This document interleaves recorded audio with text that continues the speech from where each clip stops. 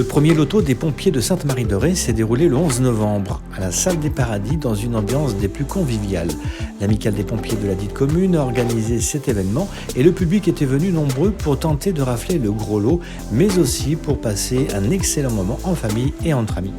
Île de Ré TV, qui ne manque jamais l'occasion de parler de la vie de nos villages, est allé sur place avant le coup de feu pour interviewer ces pompiers volontaires qui ont accepté très gentiment de répondre à nos questions.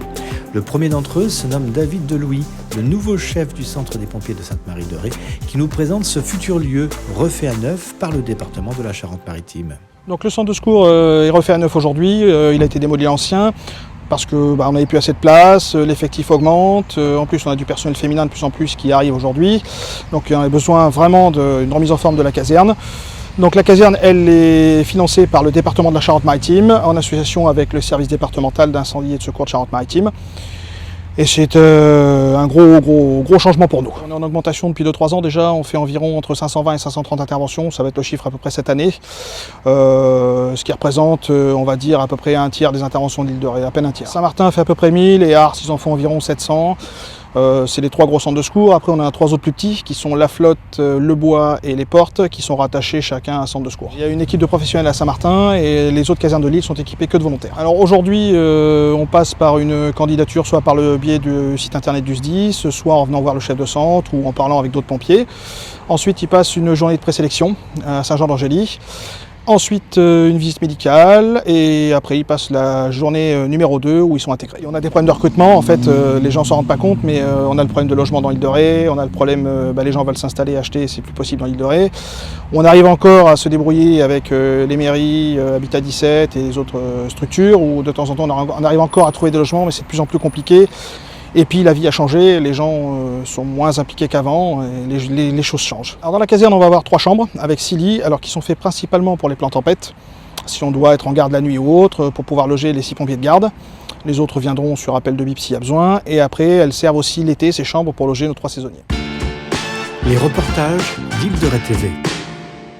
Ça fait à peu près facilement 2 mois que les gens de l'amicale travaillent sur le projet de l'auto. On attend environ 300 personnes ce soir. On a eu de nombreux lots qui ont été offerts par les commerçants et artisans de l'île de Ré, même des lots de particuliers. Il y a eu quelques lots sur La Rochelle aussi de fait. Donc déjà on remercie tous les gens, même si on ne peut pas faire de publicité, mais on remercie tous les gens de nous avoir aidés, principalement. Ce soir j'ai à peu près une vingtaine de pompiers qui sont là, membres de l'amicale aussi, donc, et qui vont organiser tout ça. Donc le premier lot, en fait, c'est un gros lot, il est couplé, il y a 2 choses en fait, il y a un aspirateur d'une valeur de 400 €, un aspirateur de maison robot, et un appartement pour 3 personnes en Normandie pour 2-3 jours.